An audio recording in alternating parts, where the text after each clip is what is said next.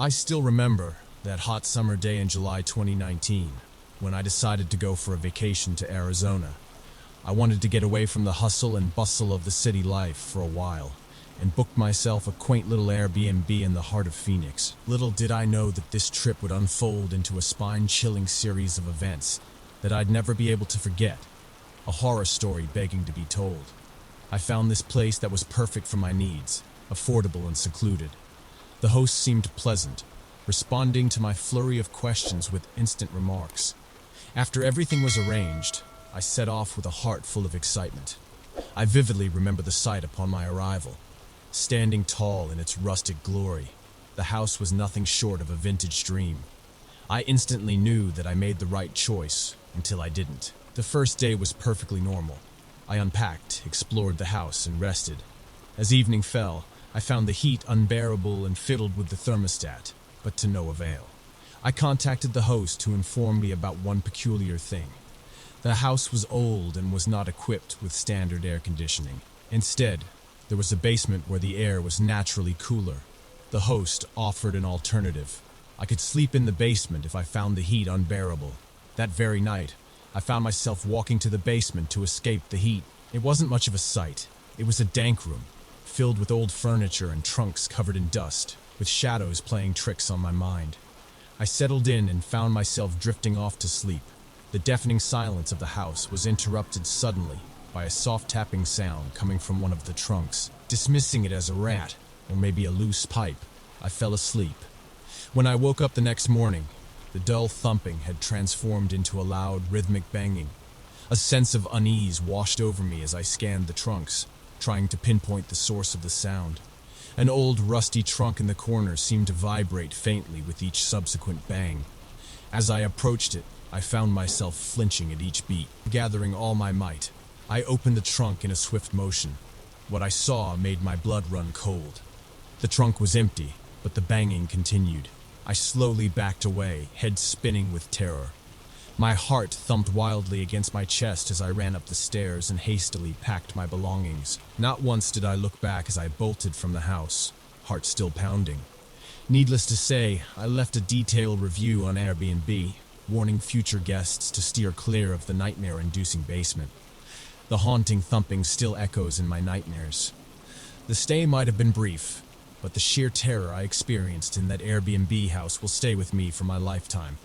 A chilling reminder that not all that glitters is gold, and a seemingly ideal homestay might just turn into your worst nightmare.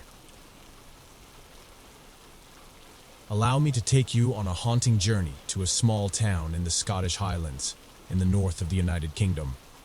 My trip had initially been planned for a week's peaceful retreat from the noise and chaos of city life, catching up on some well-deserved sleep, reading books, and exploring the Scottish countryside. These formed the crux of my well-thought plans. The Airbnb I booked was a beautiful, centuries-old mansion that boasted a kind of antiquated charm and grandeur seldom found in modern homes. Occupying a vast swath of land, it was surrounded by an impressive landscape of rolling hills. In the daylight, it was simply breathtaking, however. As night fell, the place took on a rather eerie, foreboding atmosphere. The mansion's host was an affable, albeit a little skeptically strange, gentleman named Angus, an amusing storyteller. His yarns of local legends offered playful frights during my initial stay.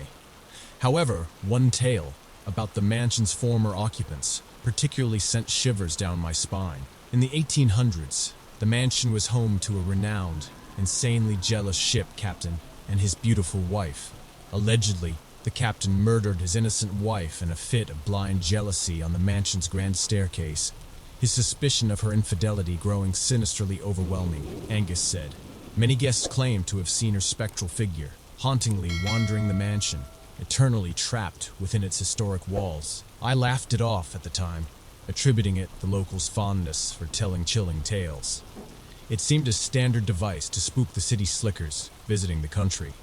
However, the first night at the mansion proved to be far from ordinary. The clock had struck midnight when I was roused from slumber by a spine-chilling scene. A spectral figure of a woman in a flowing white gown, descending the grand staircase. Her long hair shrouded her face, and her bare feet seemed to glide over the steps. In the deafening silence, Her lamentations reverberated through the mansion's cavernous halls. Panicked yet transfixed, I decided to trail her to the mansion's grand ballroom. The grandiose room seemed frozen in time, with a celestial orchestra of starlight filtering through the broken glass of the tall, once magnificent windows. The spectral lady moved across the room, dancing solo to a symphony only she could hear. The real terror began on the third night. I was awakened, drenched in a cold sweat, as the entire mansion seemed to be trembling. Suddenly, my room door crashed open, and in staggered the grisly apparition of the ship captain, his eyes ablaze with a chilling, murderous intent. The ghostly figure lurched towards me, the floorboards creaking ominously under his weight, his cursed rage echoing in his blood-curdling roars. I sat transfixed, paralyzed by fear, staring into the specter's fiery eyes. Every night after, he returned, causing more and more destruction, his rage seemingly targeted towards me. It reached a point where I felt like I was living in mortal fear, my nights filled with dread and unrest. Finally, unable to endure the repeated paranormal encounters, I decided to cut my stay short. I'll never forget that last night, the night I was leaving. As I scrambled to pack my things and flee the mansion, the air grew cold, almost freezing. I froze as I saw the spectral lady standing in front of me. This time, her face wasn't hidden. Her ethereal beauty was marred by the intense sadness in her eyes. And then she vanished, leaving behind an overwhelming sense of despair and lingering dread. I never returned to the mansion after that. It still feels like a bone-chilling nightmare, but it was a brush with the supernatural that scarred me for life. That harrowing experience has left me extremely cautious about my future travels, particularly my choices for Airbnb. No one anticipates a night of horror intertwined with history, especially during a holiday. But when it happens, it leaves you shaken, questioning the thin line between reality and the supernatural. Alright, allow me to narrate the most unforgettably horrifying experience of my life. This happened a few years ago, on a night I was planning to spend in a picturesque town nestled in the heart of the Italian countryside. Like many tourists, I decided to rent an Airbnb, looking forward to a charming cultural experience. Little did I know, this seemingly innocent trip would turn out to be my worst nightmare. I arrived late in the evening, the air saturated with the scent of the nearby vineyards. Keys in hand, bag nestled over my shoulder, I made my way towards the rustic, yet alluring farmhouse that was to be my refuge for the coming days. An old lady who was my host gave me a rather odd, somewhat morose smile as she handed me the keys earlier. I shrugged it off, attributing it to the language barrier and cultural differences. The house itself was eerie. Cobwebbed corners, old portraits that seemed to stare back into your soul, and creaky wooden floors that wailed like the wind every time you tread on them. Seeping with an archaic charm, the surface was at odds with the unsettling aura that wrapped around the whole place. That night, as I sank into the centuries-old repurposed bed, I heard strange noises coming from the floors above. Tittering laughter of children, hushed whispers, dragging of furniture. It was as if the house came alive the moment the clock struck midnight. Written off as just old house sounds, my mind tried to find comfort in logical reasoning, but that changed when I decided to explore the house the next day. In one of the old dusty rooms upstairs, I found a cupboard full of vintage toys and a rather ominous-looking doll. It had piercing blue eyes, a tarnished, cracked porcelain face, and wore a weathered, Victorian-style dress. It was creepy to say the least, but what terrified me was a small note attached to it that read, "She likes to play." The house itself was eerie. Cobwebbed corners, old portraits that seemed to stare back into your soul, and creaky wooden floors that wailed like the wind every time you tread on them. Seeping with an archaic charm, the surface was at odds with the unsettling aura that wrapped around the whole place. That night, as I sank into the centuries-old repurposed bed, I heard strange noises coming from the floors above. Tittering laughter of children, hushed whispers, dragging of furniture. It was as if the house came alive the moment the clock struck midnight. Written off as just old house sounds, my mind tried to find comfort in logical reasoning, but that changed when I decided to explore the house the next day. In one of the old dusty rooms upstairs, I found a cupboard full of vintage toys and a rather ominous-looking doll.